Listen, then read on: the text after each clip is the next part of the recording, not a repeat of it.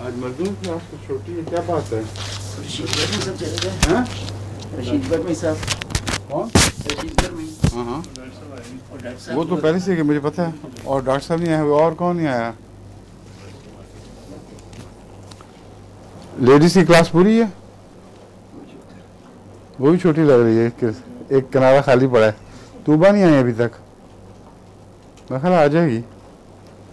शुरू करें फिर। क्या हाल है फरद, तुम्हारा? अच्छी हो? कल तुम्हारा बेटा भी आया हुआ था बना के 6 आलू, वो जीत गया सबसे माशाल्लाह।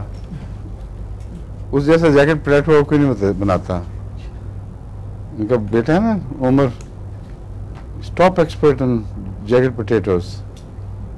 कल उसका मुकाबला हुआ था उर्दू क्लास में, तो यूनानिमस वोट से जीता वो।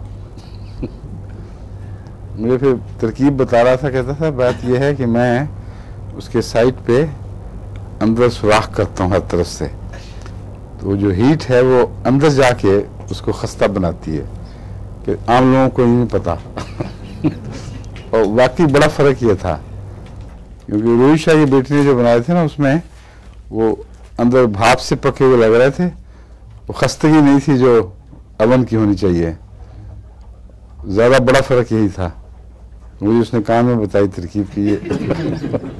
मैं क्या सारी दुनिया को कान में बता देता हूँ। हाँ वही।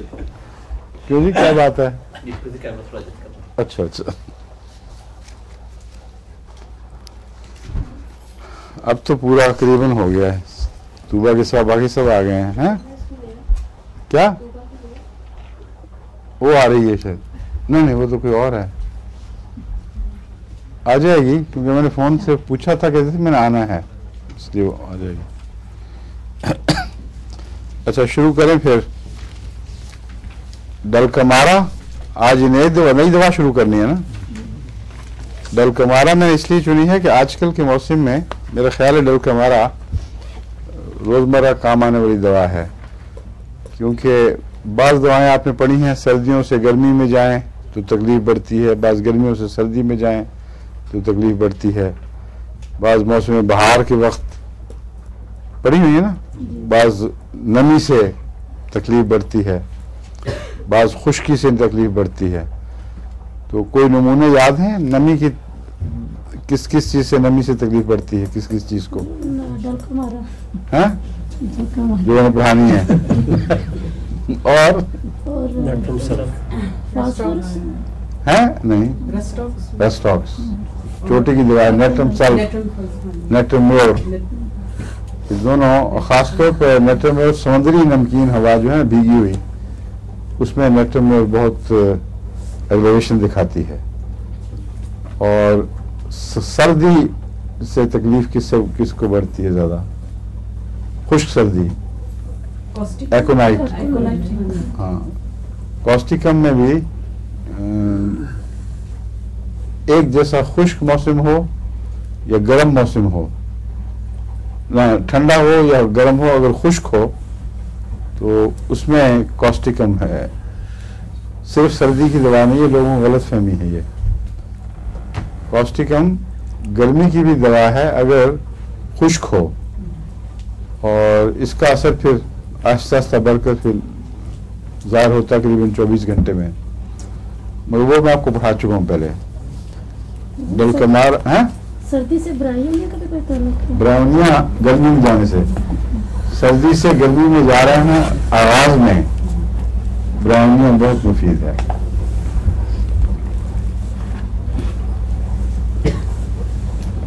ये म्यूकस मेम्ब्रेन्स की चोटी की दवा है डलकमारा, नज़लाती झिल्लियों की बहुत अहम दवा है।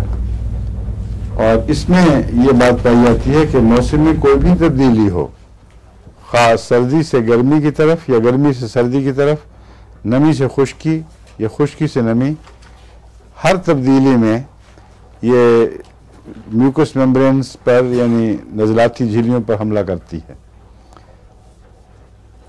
जब हम कहते हैं दवा हमला करती है, मुराद इस दवा में ये अलामत पाई जाती है कि ऐसे मरीजों की नज़लाती झिल्लियों पर हर मौसम की तब्दीली से जरासीम हमला करते हैं।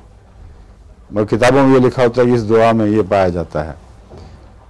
और आजकल चूँकि मौसम बहुत अदल बदल रहे हैं, इस सारे अरसे में आपने देखा हो कि बहुत लोगों को नज़ले हुए और बार बार हुए हैं, और एक फ्लू से बचे तो दूसरा शुरू हो गया। ये डलकमारा की ख़ास इलामत है। इसलिए मेरे ख्याल में डलकमारा आजकल इस्तेमाल होना चाहिए। बाद मरीजों पे मैंने इस्तेमाल किया, उनके अंदर फ़ायदा देखा है उनमें। अगर उनकी अलग इलामत पहले से मौजूद हो कि ऐसा मरीज़ हमेशा नमी से तकलीफ़ उठाता है, तो इस मौसम में भी डलकमारा की ज़रूरत नहीं है। डलकमारा की ज़रूरत है जब बाकी मरीज़ के हिस्से नाकाबिल पहचान हो और सिर्फ ये पता हो कि बार बार तकलीफ़ हो रही है, हर दफ़ा मौसम के बदलने से बीमार पड़ जाता है। ऐसे बच्चे जो डलकमारा के मरीज़ हों, वो सारी सर्दियाँ ही तकरीबन बीमार रहते हैं और गर्मी सर्दी होती रहती है, और डलकमारा के नाक के अंदर प्लग्स बन जाते हैं। लेकिन ये खसूसियत इसकी नहीं है। खसूसियत ये दवा, और ये बात औरों में भी पाई जाती है चीज़ों में। मैंने सिस्टस आपको बताया था, उसमें सिस्टस बताई थी जो झिल्ली वाली, नहीं, सिक्यूटा विरोसा, वो झिल्ली वाली वो थी, या कॉकस कैक्टाई में बताया था कि झिल्लियों में से जो भी मादा निकलता है वो लंबा बटा हुआ धागा सा लगता है। याद नहीं आ रही थी, अब याद आ गई। हाँ, इस तरह कन्फ्यूजन हो जाता है। ज़्यादा दवाएं याद करने के बाद बाद दफ़ा फौरी तौर पर कन्फ्यूजन होता है, एक दवा की सिम्टम दूसरे में जा रही होती है। बार बार कहने से, बार बार सोचने से आदत पड़ जाती है दिमाग को। अच्छा, अब इसमें जो नुमाया फीचर्स हैं मैं आपको बताता हूँ। इसके खिलाड़ी जो कपड़े जल्दी उतार दें, जिस्म गर्म हो, उनको भी नज़लाती तकलीफ़ें हो जाती हैं, जिनको हों अगर, और जिनको हर दफ़ा इसका असर पड़े, बाहर से बच्चा खेल के आया, गर्मी से अंदर आया, खास सर्दियाँ ना भी हों तो कुछ देर के बाद उसको नज़ला शुरू हो जाए, या सर्दी से बाहर गर्मी में अचानक निकल जाए, धूप में जाने से भी बाद दफ़ा नज़ला हो जाता है लोगों को। ये इलामतें डलकमारा की हैं। और इसमें रात को तकलीफ बढ़ती है और आराम से तकलीफ बढ़ती है। इसकी जो कटार्स हैं वो हर जगह हैं, गुर्दे पर भी असरअंदाज होती हैं, अंतड़ियों पर भी, मैदे पर भी, और जहाँ ये असर दिखाएं उसके मिलती जुलती इलामतें पैदा हो जाएंगी। मसलन पेशाब बार बार आना शुरू हो जाएगा, डायरिया सा लग जाता है बाज़ दफ़ा। वो बरह रास्त असहाल की तकलीफ़ नहीं बल्कि नज़लाती तकलीफ़ होती है अंतड़ियों या गुर्दों की।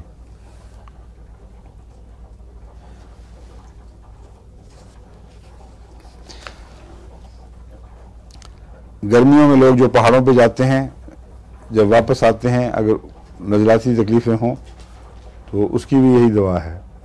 गर्मियों से पहाड़ों पर जाने से जो नज़ले शुरू हो जाते हैं अचानक, उनकी भी यही दवा है।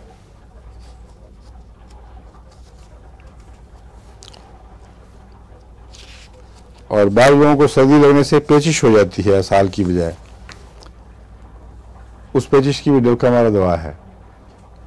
डलकमारा अगर ऊंची ताकत में दी जाए तो इस किस्म की कमज़ोरियों का दिफा करती है, और अक्सर मरीज़ मौसम की तब्दीलियों से फिर इतना जल्दी असरअंदाज नहीं होते।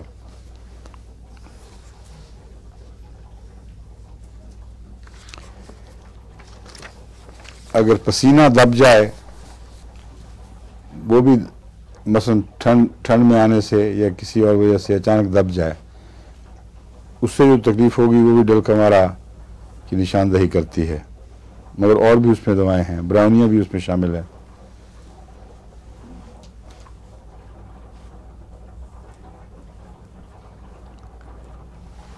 एक इसके नज़ले में ये भी बात पाई जाती है कि नाक से शुरू हुआ, आँख में जाकर आँख को बीमार कर देता है और फिर वहाँ बैठ रहता है। जो नज़ला नाक से शुरू हो, पता है कि नज़ला हुआ है, फिर आँखें बाजी बोझल हो जाएं, आँखों में जो मादा निकले वो करोड़ भी कुछ करे और मुस्तकिल आँखों का आज़ार लग जाए लंबे अरसे के लिए, बाज़ दफ़ा क्रॉनिक हो जाता है। ये डलकमारा की अलामत है। ये नज़ला डलकमारा अगर ना दिया जाए तो बाज़ दफ़ा बहुत लंबा अरसा चलता है।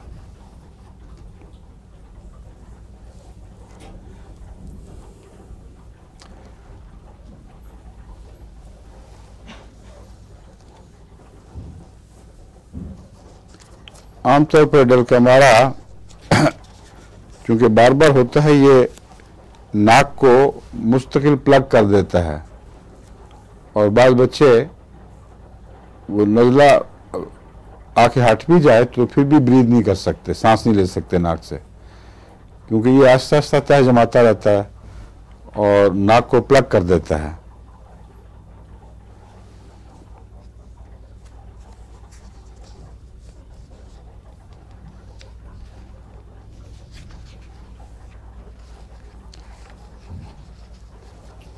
ख़ास तौर पर ये अपना ज़ोर ये ख़िज़ां के ज़माने में दिखाती है डलकमारा। आजकल जो ज़माना है ये वही है, क्योंकि ख़िज़ां का दौर शुरू हो चुका है।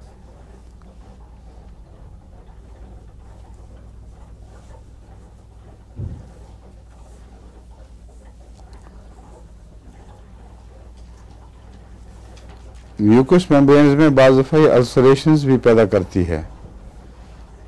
ये दवा अल्सरेशन पैदा कर देती है और अल्सरेशन का नज़ले के अलावा अल्सरेशन पैदा करना भी इसके मिजाज में दाखिल है, जो सिर्फ नज़लाती झिल्लियों में नहीं बल्कि जिल्द में भी, जिल्द में भी होती है और चेहरे की जिल्द पर एक्जीमे की किस्म की अल्सर्स पैदा करती है, जो ज़ख़म होते हैं और फैलते हैं, फिर क्रस्ट बन जाती हैं। ख़ास तौर पर कल्लों पर इसका हमला होता है। बच्चों के एक्जीमा आजकल बहुत आम है, ये लंदन में तो बहुत ही ज़्यादा है।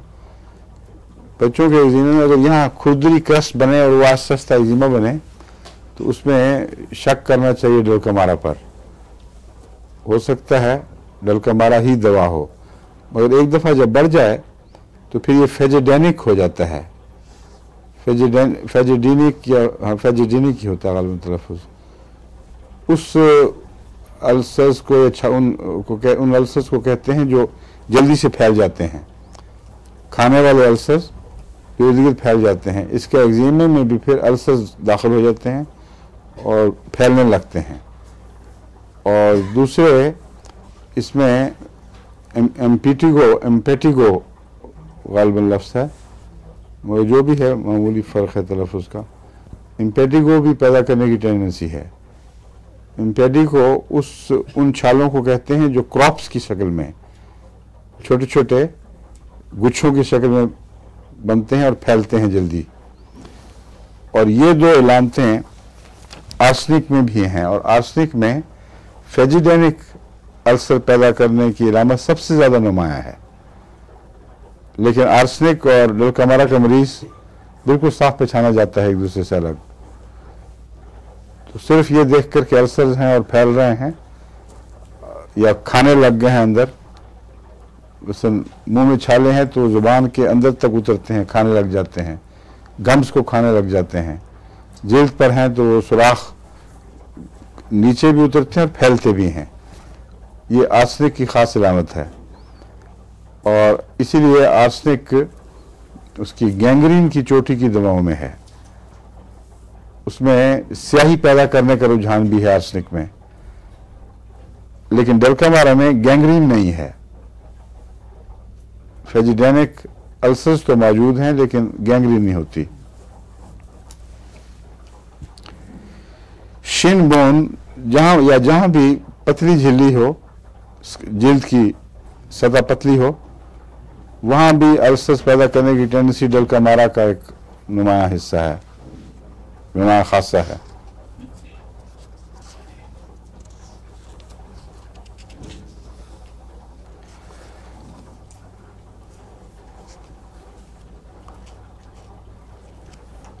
आर्सेनिक और डलकामारा में एक और फर्क है अल्सर्स की शक्ल के लिहाज से। आर्सेनिक बुबोनिक अल्सर्स भी पैदा करता है जो डलकामारा में नहीं है। बुबोनिक प्लेग आपने सुना होगा लफ्ज कि नहीं? किसको कहते हैं? क्यों जी? वो ताउन जिसकी पेशगोई हजरत मसीह अलैहिस्सलाम ने फरमाई थी और बहुत कसरत से उस दौर में अहमदी हुए हैं, क्योंकि जैसा फरमाया था उसी तरह पूरी हुई। उसका नाम टेक्निकल था बुबोनिक प्लेग। बुबो इन गुठलियों को कहते हैं जो बगल के अंदर दोनों तरफ होती हैं। अगर वो सूज जाएं और मुतवर्रम होकर उनमें पस पड़नी शुरू हो जाए,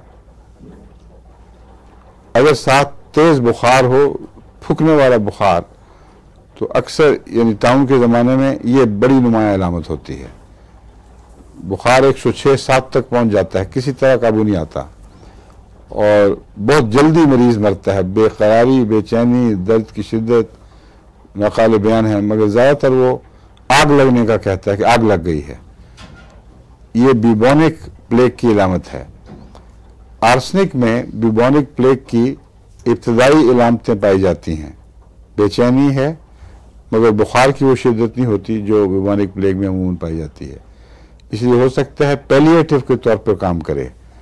अगर किसी वक्त ऐसा दौर हो, मसलन पहले भी हिंदुस्तान में बुबोनिक प्लेग फूटी थी, मुमकिन है दोबारा आए, तो अहमदी जो मुआलिज हैं उनको याद रखना चाहिए कि आर्सेनिक भी काम आ सकती है, बल्कि शुरू में सल्फर, मरकरी और फिर आर्सेनिक, इन तीनों पर ज़्यादातर इन्हिसार रह सकता है।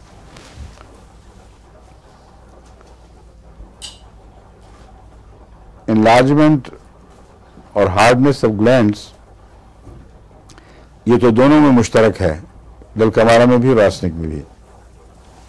लेकिन जो मैंने बताया ना, बुखार और वो ख़ास तौर पर बगलों की गुठलियों को सूजना, पीप पड़ जाना, ये आर्सेनिक का खासा है।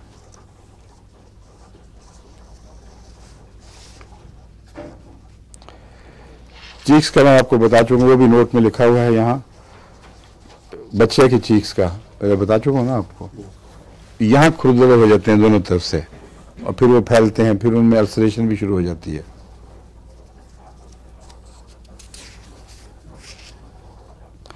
और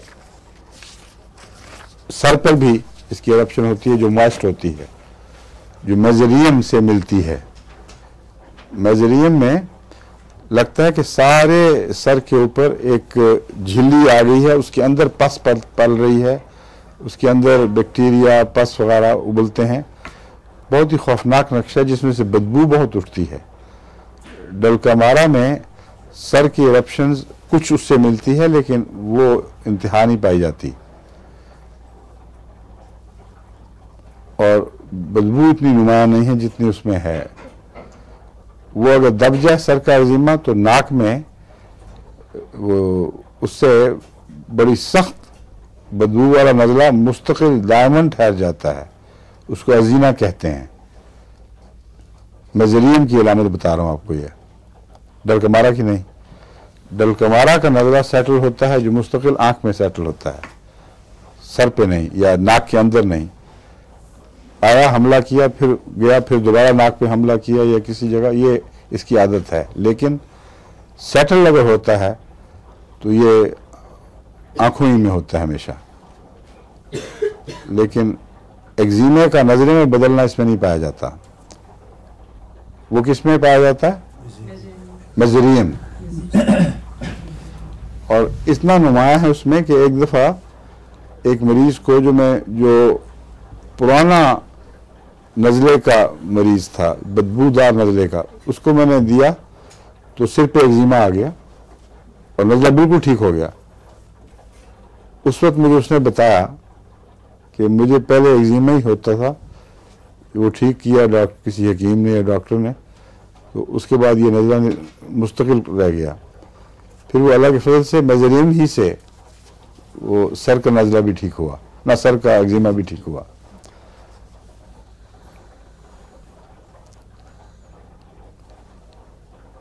जो डलकमारा से मिलती जुलती एक्जिमा की इलामतें हैं,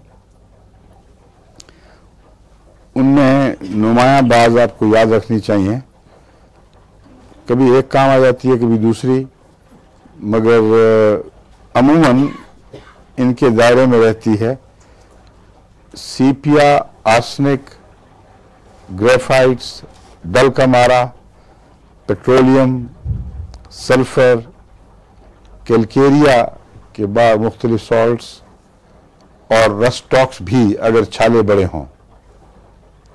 अगर बहुत बहने वाला एक्जिमा हो और बड़े बड़े ब्लॉब्स हों तो उसमें रस्टॉक्स सबसे नुमाया चीज़ है। और उसके अलावा 2 दवाएं हैं जो आपको एक्जिमा में याद रखनी चाहिए, क्रोटन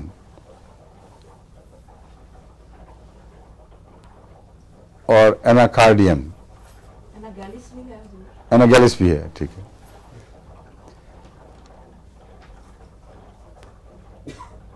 एनागैलिस की एक खास इलामत है जो बाकियों से इसको मुमताज करती है। वो हील हो जाता है, फिर उसको जहां से ठीक होता है उसी जगह दोबारा फिर एक्जिमा उगता है और बार बार इस तरह होता है। शफा हो गई, बिल्कुल सेहतमंद जिल्द होने के बाद फिर वहीं से फिर दोबारा एक्जिमा। ये जो बार बार की जिद है एक्जिमा की, उसी जगह जहां शफा हो चुकी हो, ये अजीब बात है, क्योंकि आमतौर पर होम्योपैथिक में जो होम्योपैथी दवा के रद्द अमल से एक्जिमा ठीक हो तो वहां नहीं होता, फिर और जगह कुछ हो जाएगा, लेकिन साफ जगह साफ ही रहती है। बार बार रिपीट करना उसी जगह पर जो ठीक हो चुकी हो, ये एनागैलिस की इलामत है ख़ास तौर पे। और मकाम एक्जिमा का, इसका और क्रोटन का और रस्टॉक्स का, तीनों का मिलता है। यानी रान के इर्द गिर्द बदन के निचले हिस्से पर बड़ा नुमाया एक्जिमा हो जाता है। और एनाकार्डियम सारे बदन में आम है, लेकिन उसके छाले छोटे होते हैं और उसमें आमतौर पर वर्म पाई जाती है जो बहुत गहरी खुजली को खुजली के ऊपर वर्म की तह चढ़ी होती है। वो नाकाबिल बर्दाश्त चीज़ है कि खुजली करो और अंदर ना पहुंचे, हाथ ना पहुंचे अंदर। वो एनाकार्डियम की इलामत भी है और फास्फोरस की भी इलामत है। फास्फोरस में और इसमें फ़र्क यह है कि फास्फोरस में बदमज़गी बहुत है, खुश्की और गुस्सा दिलाने वाली खारिश जो असाब को झन्ना के रख देती है। एनाकार्डियम में मज़ा तो है, लेकिन जहां मज़ा आना चाहिए वहां पहुंचता नहीं हाथ। खुजली का जो एक मज़ा होता है मालूम होता है कहीं अंदर, लेकिन ऊपर से करी जाए अंदर पहुंचता नहीं। जो फास्फोरस का वर्म और उसकी खुजली है बड़ी बदमिजाज है, जिसको उसी को पता चलता है। मुझे हो चुकी है इसलिए मैं आपको बता रहा हूँ। मुझे एलर्जी हुई थी एक इससे मलेरिया की अंग्रेजी दवा से। हाथ बिल्कुल डबरोटी की तरह हो गए थे अंदर की तरफ से, पाँव भी, और ज़्यादातर हथेलियों और तलवों में इसने जोर दिखाया था।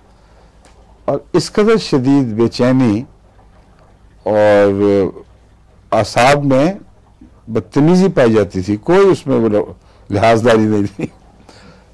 अंदर है कहीं और घबराहट भी, इर्द गिर्द सन्नाहट जो नींद को करीब तक नहीं आने देती। दूसरे युगों में बच्चा सो जाता है, उठ जाता है, सो जाता है, उठ जाता है, लेकिन यह कि मुस्तकिल जागे इंसान 24 घंटे, क्योंकि उसकी बदमज़गी की वजह से नींद का मज़ा आ ही नहीं सकता। वो फिर मुझे फास्फोरस का ख्याल आया, एक ही खुराक यूँ लगा जिसने अंदर से सारी तकलीफ निचोड़ ली है। बैठना शुरू हो गया, जोश ख़त्म, सनसनाहट होके आराम से वो बैठ के और पहली दफ़ा फिर गहरी नींद आई उसके बाद, फिर एक दफ़ा दोबारा ऐसा हुआ, फिर यही हुआ। तो इसलिए मुझे ज़ाती तौर पर पता है कि ऐसी तकलीफ में फास्फोरस एक चोटी की दवा है, बेहतरीन और फौरी काम करती है। एनाकार्डियम का और मिजाज है, वो मरीज हर वक्त यूँ करता रहता है, हर वक्त, और ज़्यादा रानों के इर्द गिर्द उसमें रानों पर, मगर वो जगह जो मैं कह रहा था रस्टॉक्स वगैरह, वो एनाकार्डियम की ऐसी इलामत नहीं है। रानों पर होता है वैसे ख़ास तौर पर, ये ठीक है, हाथों पर भी होता है, बाजुओं में भी होगा। छोटे दाने या छोटे छाले और उसकी पूरी क्रॉप जब एक्जिमा बन जाए, अगर आगाज हो, खारिश हो, तो वही जो बता चुका हूँ, गहरी होगी। बाद लोगों का दिल चाहता है कि वो छुरी से काट दें, अंदर पहुंचे किसी तरह जहां खुजली हो रही है, लेकिन इसकी वर्म वहां तक पहुंचने नहीं देती। सीपिया आमतौर पर एक्जिमा में सल्फर के अलावा बहुत ही मौसर दवा है। जिन जगहों में पोल्यूशन है कारों की, पेट्रोल वगैरह की, उनमें पेट्रोलियम बहुत अच्छा काम दिखाती है। लेकिन यहाँ मैंने देखा है कि पेट्रोलियम के अलावा रेडियो ब्रोमेटम 30 में 7 मिला दिया जाए तो एक अच्छा नुस्खा है, क्योंकि रेडिएशन भी है फिजा में यहाँ, और पेट्रोलियम का वेस्ट भी बहुत है फिजा में।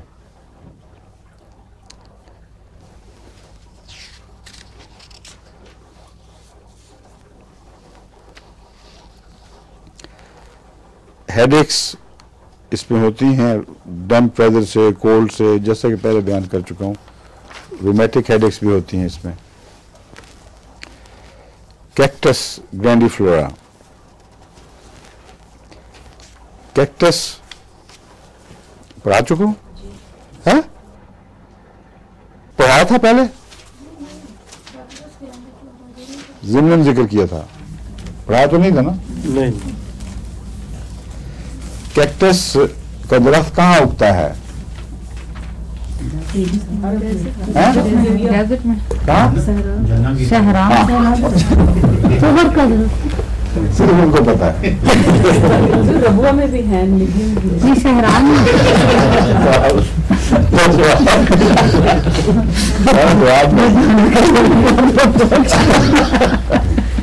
पर मियां तो जहन्नम के दरोगा बनने के अहल हैं।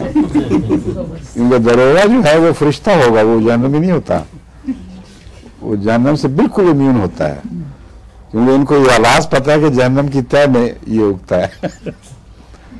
असलुहा फिल जहीम, वो थूर जिसका जिक्र कुरान शरीफ में मिलता है, कहते हैं उसकी जो जड़ है वो जहन्नम में है, और ये मिजाज है थूर का, इसलिए मैंने ये बात छेड़ी है।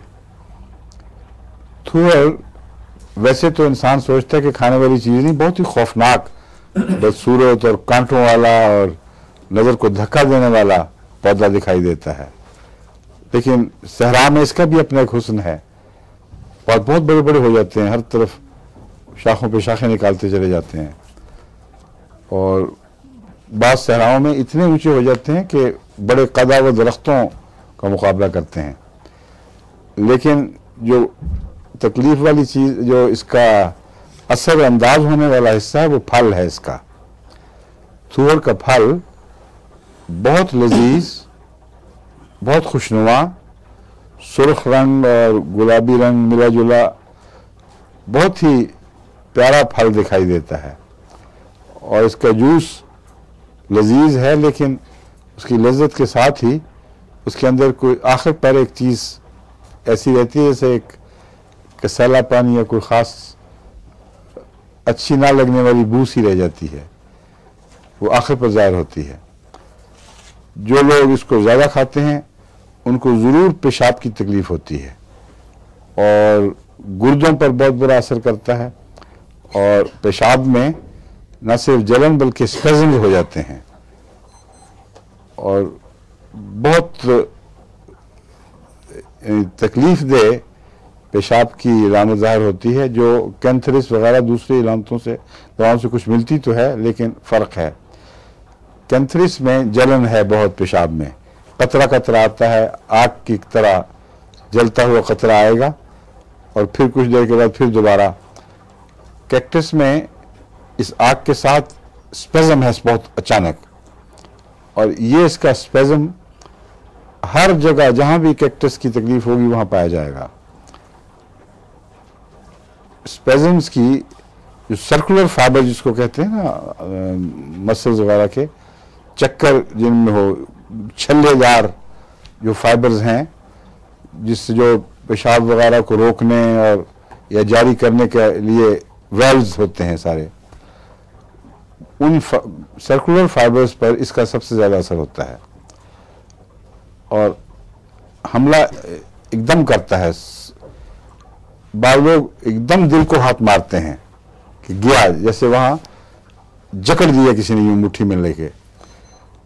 वो ख़ास तौर पर कैक्टस के मरीज होते हैं और इसीलिए दिल में इसको याद रखना चाहिए।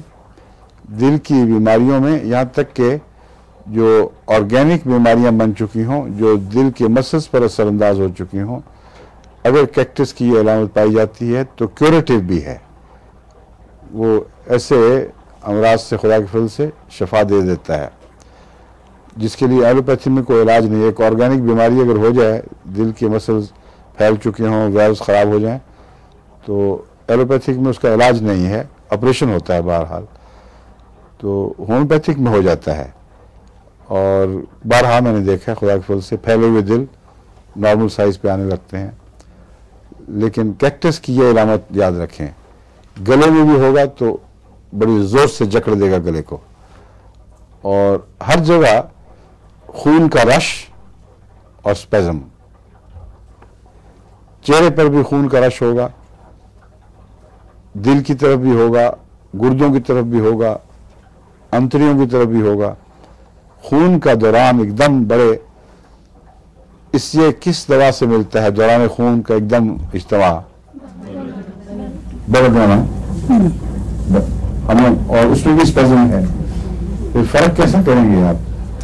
फर्क कैसे करेंगे बताइए? चेहरा भी इसका सुर्ख होगा। किसका? और इसका? धड़कन होगी बेलाडोना में, थ्रॉबिंग धड़कन होगी बेलाडोना में। इसमें बड़ी सा धड़कन है। धड़कन तो कैक्टस में इतनी है कि मैं बताना भूल गया, शुक्रिया आपने याद करा दिया। बेलाडोना को भी बीट करती है और सारे जिस्म में धड़कन हो जाती है। एक्साइटमेंट हुई है तो सारे उंगलियों के पोरे तक धड़कने लगते हैं। बुनियादी तौर पर वो दिल की कमजोरी है दरअसल। हाँ जी, इसमें लगातार होता है और इसमें सिर्फ जाफा पड़ता है जी। किसमें लगातार होता है? कैक्टस में क्या होता है? वो जब जहाँ भी इसका रश होता है एकदम ऐसे करता है। कैसे? और बालाडोला में ऐसे ऐसे आपका हाथ तो टेलीविजन वालों ने देखा, मैं बता देता हूँ उन्होंने क्या कहा है। कहते हैं जो कैक्टस है उसमें तो ऐसा करते हैं ना, ऐसे, और बेलाडोना में ऐसे ऐसे। दोनों एक ही तरह है, सिर्फ जोर का फर्क है लगा है। बेलाडोना में भी बड़ा सख्त तशन्नुज होता है, बहुत जोरदार, लेकिन कैक्टस में बुखार नहीं होता। बेलाडोना में गर्म हो जाता है वो हिस्सा, और जहां भी बेलाडोना का असर है वहां गर्मी नुमाया होती है। इसमें दबाव तो है लेकिन गर्मी और बुखार खास तौर पर उनका है, वो नहीं पाया जाता। एक और बात, बेलाडोना में खौफ नहीं है। बेलाडोना के मरीज में स्टूपर तो है, बेहोशी, गफलत और तकलीफ की शिद्दत, मगर बेचैनी और खौफ नहीं है। डलकामारा के मरीज को जब मसलन दिल में, कैक्टस के मरीज को जब दिल में अचानक धक्का लगता है तो इतना शदीद लगता है कि वो समझता है बस अब बच ही नहीं सकता, इसलिए एकोनाइट वाली इलामतें ज़ाहिर हो जाती हैं। शदीद खौफ नॉर्म, आमतौर पर उसकी तबीयत में खौफ नहीं है, मगर बीमारी के अचानकपन की वजह से और इसके कैक्टस के खुसूसी मिजाज की वजह से उसमें मौत का खौफ पैदा हो जाता है।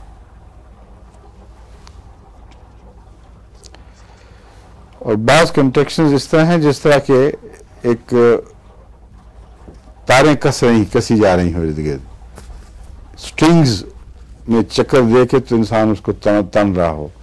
ये चीज बेलाडोना में नहीं है।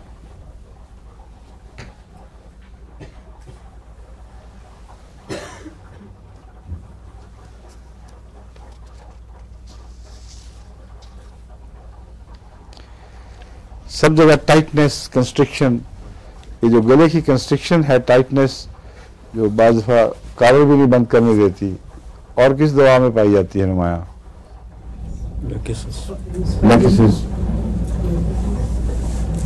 लेकिसिस में हाइड्रोसायनिक एसिड और हाइड्रोफोबिनम में ये टाइटनेस इस तरह नहीं पाई जाती। जब उनका हमला हो तो बड़ा सख्त स्पैज्म लंबे अरसे के लिए जकड़ देता है।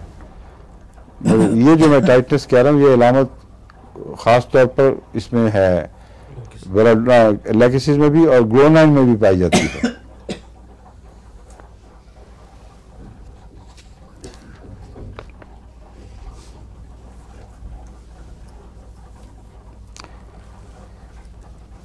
ये जो दवा है, ये स्पेज़म की जो खास अलामत है, इसकी वजह से बाज़ दफ़ा वो ज़ख्मी सा हो जाता है वो उज़्व जहाँ स्पेज़म पाया जाए।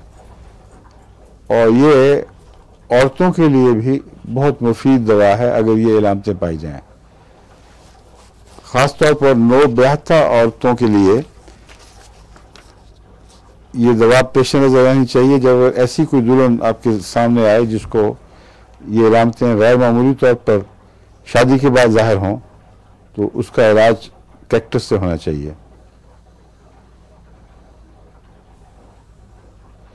यूट्रस में भी फिर ये कंस्ट्रक्शन पहुंच जाती है और सारा लगता है रहम यूं सुकड़ के गुच्छा हो गया एकदम, और तकलीफ से चीखने लग जाती है और खौफ पैदा होता है कि क्या हो गया है। इस किस्म की नुमाया कंस्ट्रक्शन कैक्टस सी की अलामत है।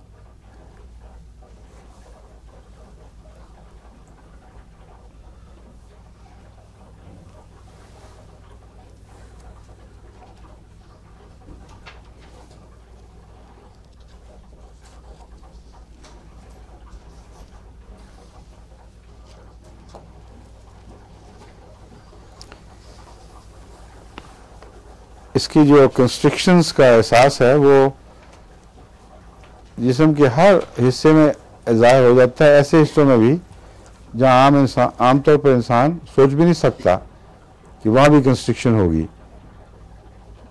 मतलब ये इतना सा हिस्सा यहाँ एक यूं करके कंस्ट्रिक्ट हो गया, हाथ के पीछे यहाँ कंस्ट्रिक्शन हो गई। तो जहाँ अजनबी जगहों पे जहाँ आमतौर पर तशम्मुज नहीं हुआ करते, वहाँ किसी ख़ास हिस्से पर कंस्ट्रिक्शंस का एहसास से बंद किया, घुट दिया गया है और तशम्मुज भी हो बाद में, ये कैक्टस की नुमाया अलामत है, उसे याद रखना चाहिए।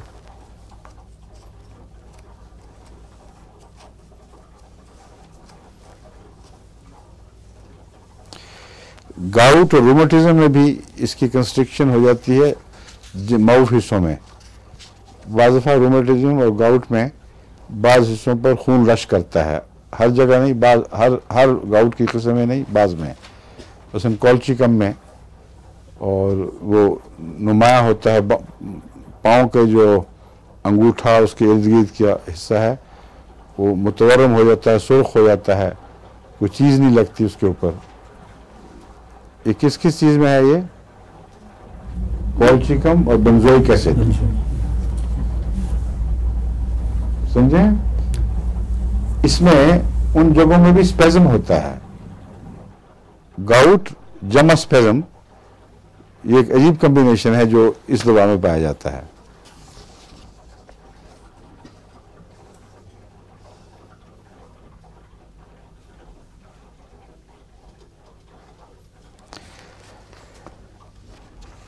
दिल के अमराज में इसका बहुत ही फायदा हो सकता है अगर तकलीफ दिल ही के हिस्से में, उसी हिस्से में महसूस हो। एंजाइना में तकलीफ स्टर्नम में होती है ये जो हिस्सा है छाती के बीच की लकीर, इसमें दर्द होती है, इसी में कंस्ट्रक्शन हुआ करती है। लेकिन ये कैक्टस उससे अलग इसलिए है कि इसमें कंस्ट्रक्शन, दिल की कंस्ट्रक्शन दिल ही के हिस्से में होती है। वही किसी ने जैसे एनिमल में डाल दिया हो, किसी ने जकड़ दिया हो यूं करके, जिस तरह पकड़ते हैं ना, प्लास से किसी चीज को पकड़ लेते हैं, ऐसी कैफियत होती है। तो दिल की बहुत सी तकलीफों में मुफीद है अगर दिल की तकलीफ दिल ही में महसूस हो।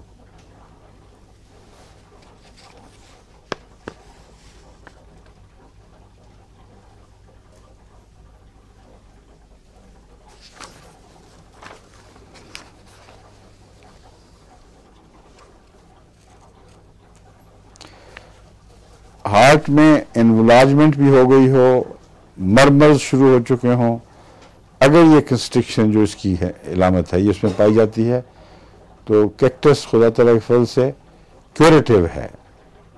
ये मरीज को वक्ती आराम नहीं देती, खुदा के फजल से मुस्तकिल शफा बख्शने का इसमें मादा पाया जाता है।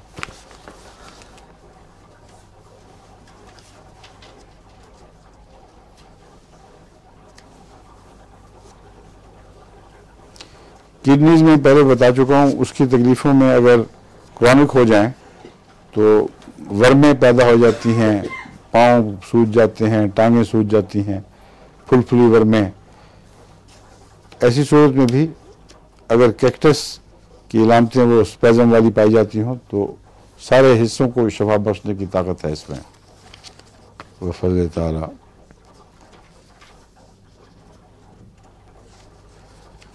बाज़ दफ़ा और कोई इलामत नुमाया ना हो तो ये जो कंस्ट्रिक्शंस का अचानकपन और इनकी शिद्दत ही कैक्टस को ज़ाहिर करने के लिए काफ़ी है।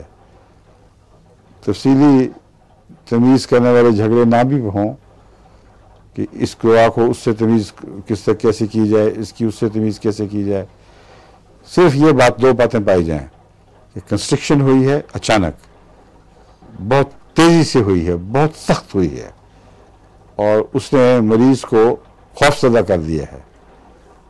ये इलामतें इस तर्ज पे पाई जाएं तो बिला तरद्दुद कैक्टस दे देना चाहिए, क्योंकि अगर कैक्टस इसकी दवा हुई तो बहुत तेजी से ठीक कर देगा, अगर ना हुई तो नुकसान कोई नहीं है। इसलिए कैक्टस हंगामी दवाओं के तौर पर आपके डब्बों में रहना चाहिए। ठीक है ना, आपके डब्बे में रखा हुआ है। हाँ।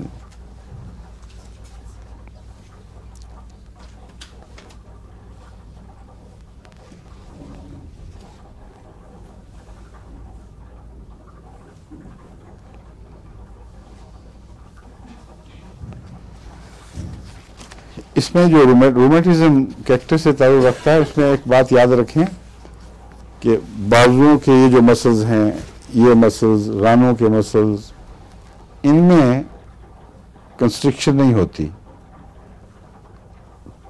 क्योंकि शुरू में मैं आपको बता चुका हूं इसकी कंस्ट्रिक्शन का सर्कुलर फाइबर से ताल्लुक है। जो लॉन्ग मसल्स हैं उन पर कैक्टस का तशन्नुजी असर कोई नहीं है, लेकिन बाज़ दवाएं हैं जिनका लॉन्ग मसल्स पर नुमाया असर होता है, जो मैं आपको पढ़ा चुका हूं पिछली दफा। क्या थी वो? कॉलोसेंथ। जीत गई आपकी बेटी माशाल्लाह। कॉलोसेंथ लॉन्ग मसल्स की तकलीफ में और उनके तशन्नुज में एक बहुत नुमाया असर रखती है। तो ये देखने वाली बात है कि लंबे फाइबर्स का तशन्नुज है या सर्कुलर फाइबर का। इसका सर्कुलर फाइबर से ताल्लुक है। लंबे मसल्स में बेलाडोना भी है, कॉलोसिंथ भी है, लेकिन इसका लंबे मसल्स पे कोई असर नहीं है।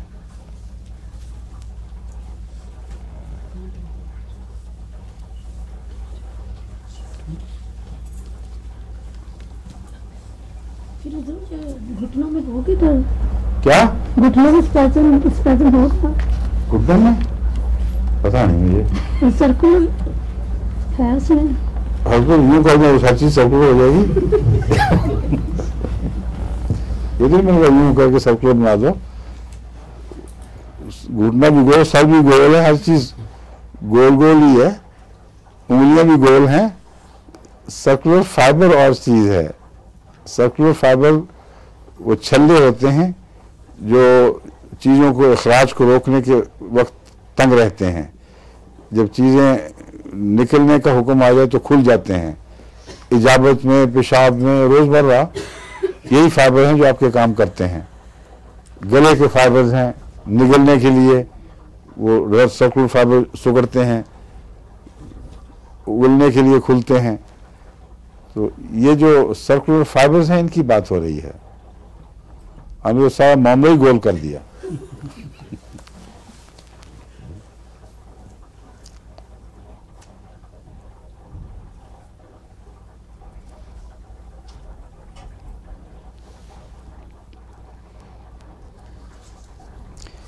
बेलाडोना के अगर दिमाग पर रश है, मसलन हमला हुआ है, बहुत ज़्यादा रश है ब्लड का, तो वो दिमाग पे तो कंस्ट्रिक्शन नहीं पैदा करता, वहाँ रेविंग सी और कंजेस्शन पैदा कर देगा।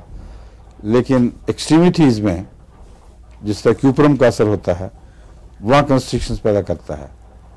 मगर कैक्टस दिमाग के हमले में अगर दिमाग की तरफ रश है तो नहीं करता। उसकी वजह है कि वहाँ सर्कुलर फाइबर है कोई नहीं और इसका असर दूर दराज इलाकों पर नहीं पड़ता, इसलिए ये भी एक पहचान है। कैक्टस का मरीज अगर उसके दिमाग पर हमला है खून का तो वो बेहोशी की तरफ मायल हो जाएगा, स्टूपर की तरफ मायल हो जाएगा, लेकिन उसके अंदर कंस्ट्रिक्शंस नहीं हैं। बेलाडोना की दिमाग की कंस्ट्रिक्शंस पाँव के अंगूठे तक भी ज़ाहिर हो जाती हैं, वहाँ भी धड़कन और वो जाफा जिसको हम कहते हैं। चलें जी,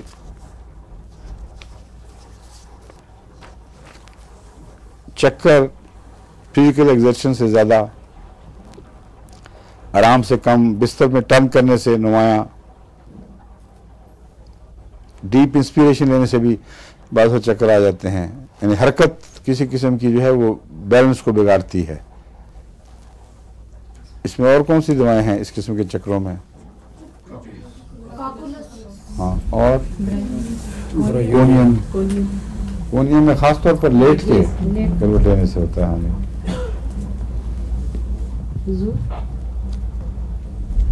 अगर लेटने पे दाईं तरफ करवट लेने से चक्कर आए लेकिन बाईं तरफ से लेटने पे ना आए तो उसमें गाल्बन सिक्यूटा है या कोई दवा है जिसका इससे ताल्लुक? गाल्बन सिक्यूटा है, इसमें दाईं तरफ एक तरफ लेटने से आते हैं, दूसरी तरफ लेटने से नहीं आते। अच्छा, और किस तरह लेटने से आते हैं? दाईं तरफ करवट लेने से आते हैं और बाईं तरफ आराम रहता है। अब तो बाईं तरफ से है, यही इलाज है। तो चक्कर याद करा दिया करेंगे। गाल्बन उसमें है, तो सिक्यूटा में है गाल्बन। ये खा के देखें, बताना फिर।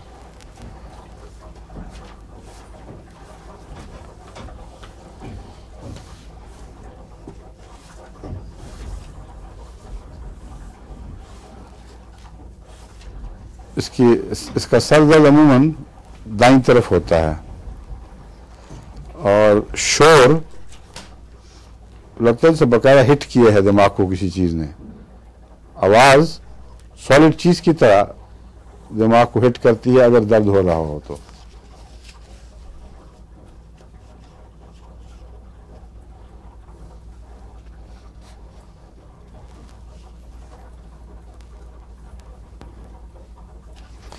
पल्सेशंस तो बेलाडोना में भी होती है ना। फर्क क्या है? वहां हॉट होता है आदमी, जो अज़ाब पल्सेट करें बेलाडोना में वो हॉट जरूर होंगे, लेकिन इसमें हॉट नहीं होते।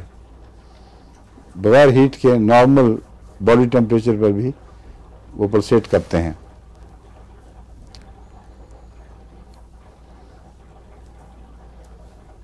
हर जगह नब्ज महसूस होती है, यानी सिर्फ यहाँ उंगली हाथ पे कलाई पर उंगलियां रखने से नहीं, बल्कि हर जगह नब्ज धड़क रही होती है।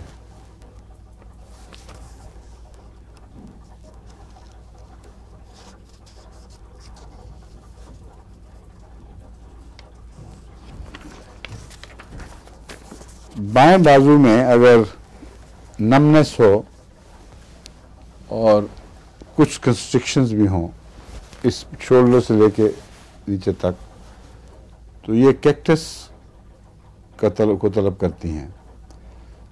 और बाज़ दफ़ा दिल की बीमारी के आगाज़ में ये अलामत पैदा होती है, मगर ज़रूरी नहीं कि बाएं बाजू की दर्द दिल ही की हो। बसा औक़ात मैदे की अल्सरेशन से भी, मैदे की तेज़ाबियत से भी यही अलामत पैदा हो जाती है। मगर अगर कंस्ट्रिक्शन हो, जैसे टाइट करके कस दिया गया है, और या धड़कन हो और साथ नमनेस भी हो, तो फिर कैक्टस दवा है और बिलअमूम इसका दिल से कुछ ताल्लुक़ होता है। तो मैंने फैसला किया जल्दी जल्दी दवाएं पढ़ाऊँ आपको निस्बतन। आज तीसरी दवाई भी शुरू करने लगा हूँ, क्रियोजोट। क्रियोजोट पढ़ा तो नहीं चुका पहले। इसके अंदर 3 इलामतें नुमायां हैं जो क्रियोजोट बना देती हैं। तमाम डिस्चार्जेस काटने, जलाने और करोड करने वाले होते हैं।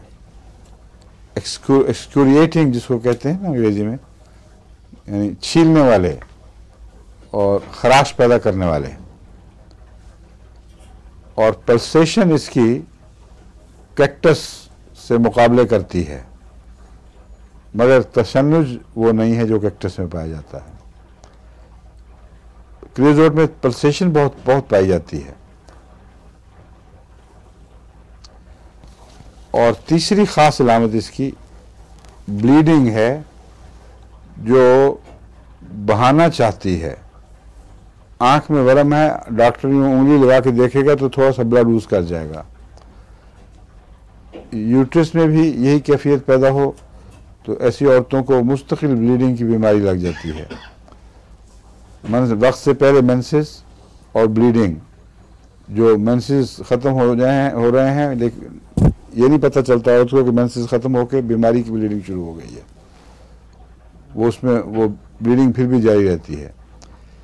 ये ब्लीडिंग का किसी बहाने से भी हो जाना और जिस्म के हर हिस्से में ब्लीडिंग का रुझान पाया जाना, ये क्रियोजोट की खास अलामत है।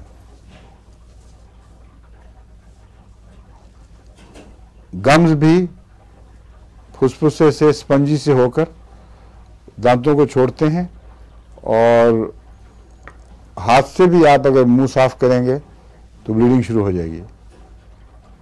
ब्रश से लाजमन ब्लीडिंग होगी।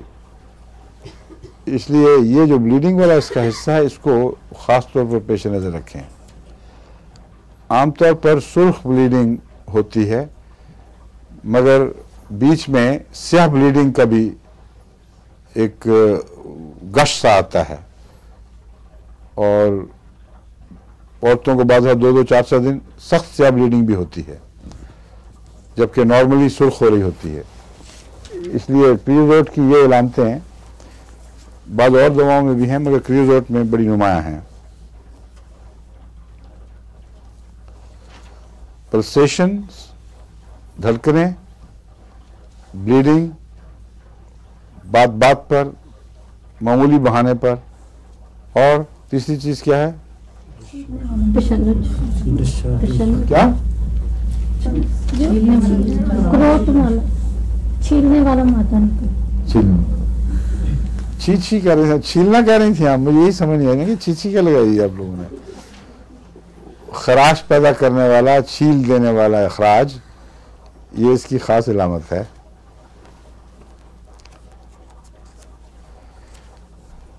प्रिक हो जाए ना जरा सा पिन का तो ब्लीडिंग शुरू हो जाएगी।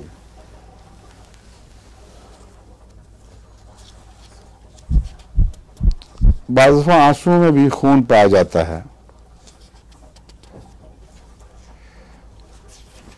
मुंह के जो बच्चों के आपने देखे होंगे, बाज़ बच्चों के मुंह के किनारे छिले हुए और ज़ख्मी होते हैं, उसकी एक बड़ी वजह क्रियोजोट है। क्योंकि अगर क्रियोजोट की अलामतें पाई जाएंगी तो लुआब जो निकलता है यहाँ किनारों पे लगता है, ख़ासतौर पर रात को सोते वक्त वो सारी तरफ छील देता है, और ऐसे बच्चों के मुंह के दोनों किनारे ज़रूर ज़ख्मी रहते हैं, और नाक के किनारे भी नीचे छिले हुए ज़ख्मी। एक तो नज़ले में हो जाया करते हैं बाज़ दफ़ा, वो रगड़ने से, बार बार रुमाल इस्तेमाल करने से। ये एक मुस्तकिल इलामत है एक, और बड़ी तकलीफ दह चीज़ है। वो क्रियोजोट की इलामत है, क्योंकि जो अखराज हल्का हल्का रिश्ता है नाक से भी, वो भी छीलने वाला है, और मुंह का लुआब छीलने वाला है। पेशाब में भी तेज़ी है, स्मार्टिंग है। स्मार्टिंग कहते हैं एकदम जैसे डंग मार दिया हो किसी ने।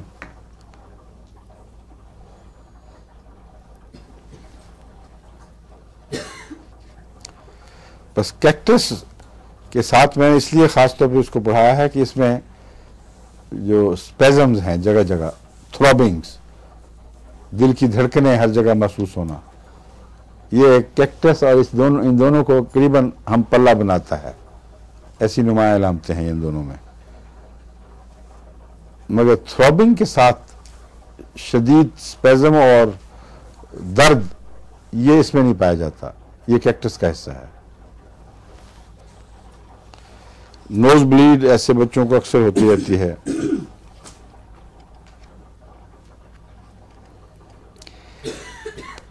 लंबे अरसे तक चलने वाले हेमरेजेस, खा वो किडनी से हों, खा वो यूट्रस से हों, खा वो नाक से हों, आंखों से हों, आपको हमेशा क्रियोजोट की याद दिलाएंगे या दिलानी चाहिए।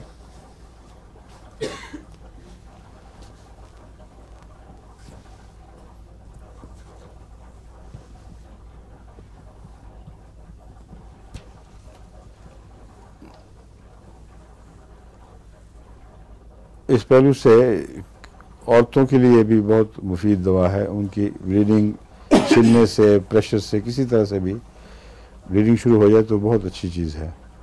ब्लीडिंग अच्छी चीज़ नहीं, ये दवा बहुत अच्छी है। इसमें एक चीज़ है, इरिटेबिलिटी बहुत ज़्यादा है।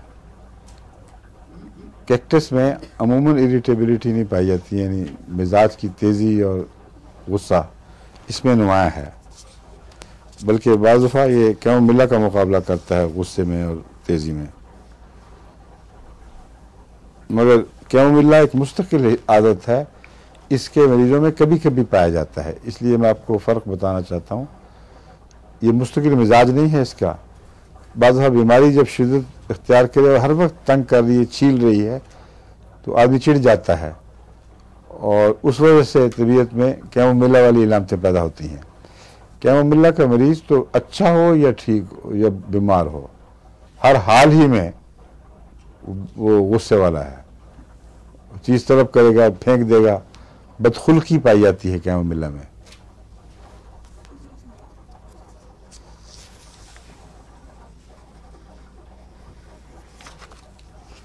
मेंस्ट्रुअल फ्लो से रॉनेस पैदा हो जाती है, छीलने वाला जो भी असर है वो हर जगह पाया जाता है। दूसरे, बाज़ दफ़ा इसके अखराजात जब स्याही माइल हों तो बदबूदार भी होते हैं, बहुत नुमायाँ बदबू पाई जाती है।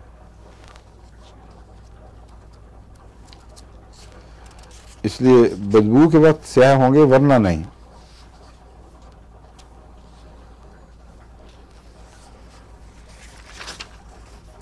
गम्स में आपको पढ़ा ही चुका हूं। खुले स्पंजी हो जाना, फैल जाना, खून का अखराज।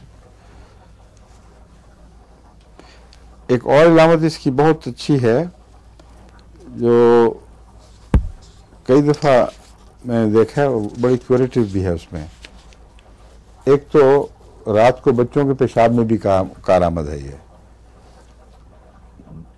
मगर जिस वजह से वो होता है वो ये है कि बड़े में भी आमतौर पर आदमी बैठा हुआ उसको कुछ नहीं महसूस हो रहा, जब पेशाब आएगा तो एकदम आएगा, इस जोर से आएगा कि नाकाबिल बर्दाश्त है, और बाज़ दफ़ा लगता है कि गुस्ल खाने पहुंचने से पहले पहले ही लगता भी है और हो भी जाता है। तो ये जो इलामत है ये इसकी इलामत है क्रियोजोट की, समझ गए।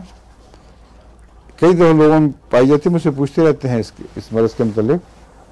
और क्रियोजोट अगर कुछ अर्सा खिलाई जाए, ये एकदम नहीं कि 2-3 खुराकों से ठीक हो जाए। मैंने जो देखा है इसको, कुछ अर्सा खिलाई जाए तो रफ्ता रफ्ता जो पेशाब आने पर हाजत की तेज़ी है उसमें कमी आ जाती है और पेशाब को रोकने की ताकत बढ़ जाती है। ये क्रियोजोट में जो स्पेज़म्स हैं कैक्टस की तरह, ये गालबन यही हैं जो जिम्मेदार हैं अचानक पेशाब के निकल जाने के। जब वो पेशाब आता है, दबाव उसका होता है जब, तो साथ उसका स्पेज़म हो जाता है और स्पेज़म के जोर से स्पट करके पेशाब को निकाल देगा वो। और स्पेज़म पर बंदे का इख्तियार कोई नहीं होता, इसलिए इसका मस्कुलर वीकनेस से वो ताल्लुक नहीं है जितना स्पेज़मोडिक टेंडेंसी से ताल्लुक है।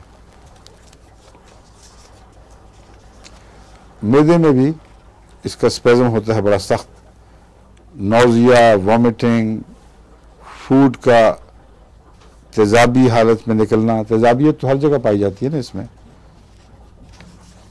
अनडाइजेस्टेड होता है, गले में खराश पैदा कर देता है। यानी जब क्या करें तो जो अंदर से आधा हजम हुआ फूड निकलते हैं, खुराक निकलती है, उसमें तेजाबियत है और छीलने का मादा पाया जाता है। इसमें एक और ख़ास इसकी इलामत है कि पानी बाज़ दफ़ा पीछे कड़वा टेस्ट छोड़ जाता है। कई दफ़ा बाज़ बीमारों को पता लगता है, मुझे भी कई दफ़ा याद है बीमारी के बाद पानी में वैसे पीते वक्त नहीं लगता, लेकिन जब पानी ख़त्म हुआ तो कड़वाहट का एहसास, ये इसकी ख़ास इलामत है। मुंह का आमतौर पर कड़वा होना हाइड्रेस्टिस में नुमाया पाया जाता है, जो जिगर की खराबी की वजह से है। मेलिग्नेंसी में भी ये बहुत मुफीद है, मगर जल्दी इस्तेमाल हो तो क्यूरेटिव, देर में इस्तेमाल हो तो कोनियम की तरह फ़ायदा तो पहुंचा देता है चंद साल के लिए, मगर उसको कैंसर को मुस्तकिल ख़त्म नहीं कर सकता। मैदे के कैंसर में कोनियम और ये दोनों दवाएं आगाज़ में देनी चाहिए, इलामतें ज़ाहिर होने से पहले। अगर कैक्टस की इलामतें पाई जाएं तो कैक्टस शुरू करा देनी चाहिए, इस बहस में पड़े बगैर कि मैदे में कैंसर है कि नहीं। कोनियम की इलामतें हों तो कोनियम ज़रूर शुरू कर देनी चाहिए, क्योंकि जब तक ये अपनी इलामतें मैदे के कैंसर की बाहर नहीं फेंकती दवाएं, ये दोनों दवाएं, उस वक्त तक इलाज हो सकता है। जब वो बाहर फेंक दें तो फिर सिर्फ आराम दिया जा सकता है, या 2-4 साल तक के लिए एक ज़िंदगी को अपने आखिर मुकाम की तरफ बढ़ाने की कोशिश है, उससे ज़्यादा कोई फ़ायदा नहीं। आखिरी मुकाम तक बढ़ाने की कोशिश मैंने अमदन मुहावरा नया बनाया है। वजह यह है कि ये जो तो कह देते हैं ना कि 4 साल बढ़ सकते हैं ज़िंदगी के, बढ़ नहीं सकते। जो कम हो रहे हैं खुदा की मुकर्रर मुद्दत से, वो कमी हट सकती है। इसलिए बीमारी और शफा का यही फ़लसफ़ा है। कुरान करीम फरमाता है जो मुद्दत मुकर्रर है आखिरी, अजल मुसम्मा कहता है कुरान करीम, उससे तो ना आगे बढ़ सकते हो, जब वो आ जाए तो इधर उधर उसको खींचा नहीं जा सकता। ऐसी लकीर है जिससे आगे पीछे सरकना नामुमकिन है, टल नहीं सकती वो।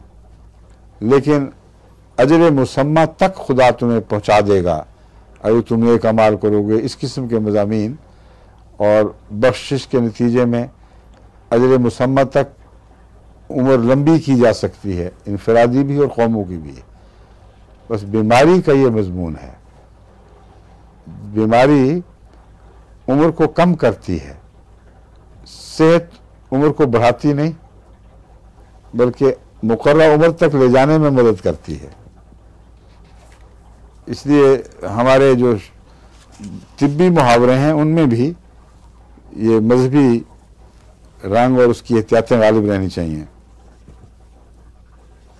गर्मियों के डायरिया में ये मुफीद दवा है। उसमें इलामत अमून ये पाई जाती हैं, छीलने वाली और ये सब चीज़ें। और जब इसकी इलामतें हों तो डायबिटीज़ की क्यूरेटिव भी हो जाती है। यानी क्रियोजोट की इलामतें जिस मरीज़ में हों, अगर उसको आप पेशाब का आना और इस तरह से आना जिस तरह मैंने बयान किया है, और अगर डायबिटीज़ का मरीज़ है तो वो भी शफा हो सकती है खुदा के फजल से। अब वक्त हो गया दोनों मुठ्ठियाँ। अच्छा, आपकी मुठ्ठियाँ तो यूँ हैं जैसे स्पेज़म हुआ हो, यूँ बंद हुई हैं, जिस तरह कैक्टस का स्पेज़म हो तो यूँ मुठ्ठियाँ बंद होती हैं, ठीक है ना।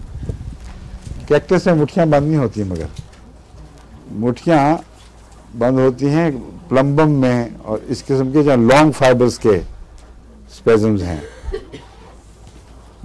जो सर्कुलर है ना जिस तरह गोल गोल चीज़, उसके स्पेज़म्स और हैं, वो लॉन्ग फाइबर्स के नहीं होते।